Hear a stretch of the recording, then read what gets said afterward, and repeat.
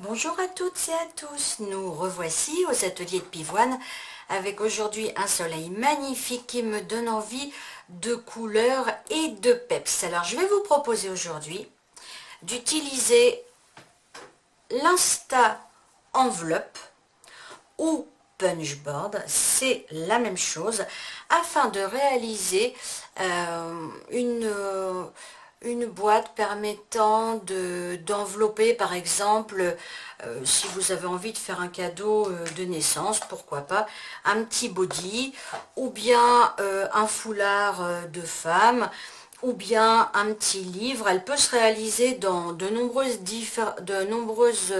dimensions différentes. Celle que nous allons réaliser aujourd'hui fera exactement 16 cm de côté sur environ, je dirais, 2 cm d'épaisseur. Vous allez voir, ça fait déjà une jolie boîte.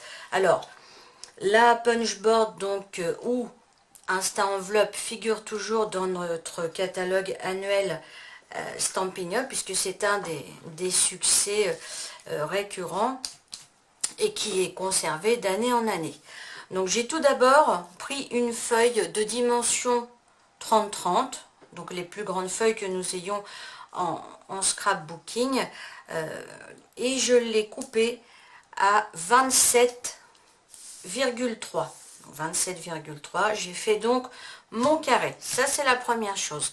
Nous allons prendre notre Insta Enveloppe et nous allons aligner sur le repère à 12,4. Alors, vous vous souvenez, hein, il y a un petit réglé avec les dimensions en centimètres et les dimensions en inches. Pour ma part, je préfère utiliser les dimensions en centimètres. C'est quand même plus simple. Donc, nous bloquons sur 12,4, nous punchons selon l'expression et nous allons tracer la ligne correspondante. Alors attention, la feuille dépasse légèrement de l'Insta Enveloppe, donc n'allez pas jusqu'au bout. On continuera avec une règle et un stylet pour éviter de déchirer la feuille. Un quart de tour sur la gauche, nous nous remettons à 12,4 et nous recommençons l'opération à l'identique. Donc on se bloque bien sur le petit coin et on va jusqu'au bout de la graduation. On recommence donc cette opération sur chaque côté. 12,4. Voilà. Une dernière fois.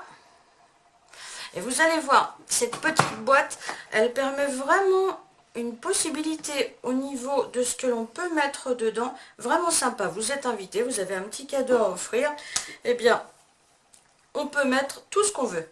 Une fois que vous avez fait les 4 côtés, attention, on la retourne. Et cette fois-ci, on se place de nouveau à 12,4, mais on punch simplement, on ne trace rien pour l'instant. Et vous allez avoir donc ces deux petits creux. On fait pareil sur les 4 côtés, rien de compliqué pour le moment. 12,4 encore une fois. Et une dernière fois. Voici ce que nous obtenons. Alors, plusieurs possibilités maintenant. Certaines personnes conservent l'Insta Enveloppe pour faire les traits, parce qu'il va falloir en faire évidemment, les traits qui vont se situer entre les deux encoches ici. Pour ma part, je trouve qu'on n'a pas forcément suffisamment de place pour faire des traits corrects. Donc on peut utiliser, mais ça c'est chacun voit comme il le veut. Hein. On peut utiliser soit tout bêtement une règle et notre outil touche à tout avec le petit embout adapté. Donc on se place entre les deux encoches et on fait un trait. Ce qui va nous permettre également de terminer les traits précédemment qui n'ont pas été bien jusqu'au bout de peur d'abîmer le papier. Donc j'ai fait le trait sur le premier côté. Vous pouvez également utiliser votre massicot et vous placez à ce moment-là juste au-dessus de la rainure du massicot avec la lame de pli. C'est vraiment une question de préférence. Hop, je trace le troisième côté. Vous voyez, elle prend forme, ma petite boîte. Alors, les traits qui n'avaient pas été bien terminés, de peur d'abîmer mon papier, je vais les marquer. Bon, ça gêne pas vraiment parce que quand on va effectuer le pliage de la boîte, comme la plus grande partie du trait a déjà été marquée, ça ne gêne pas pour les plis. Donc, maintenant, on marque les plis de notre boîte. De chaque côté.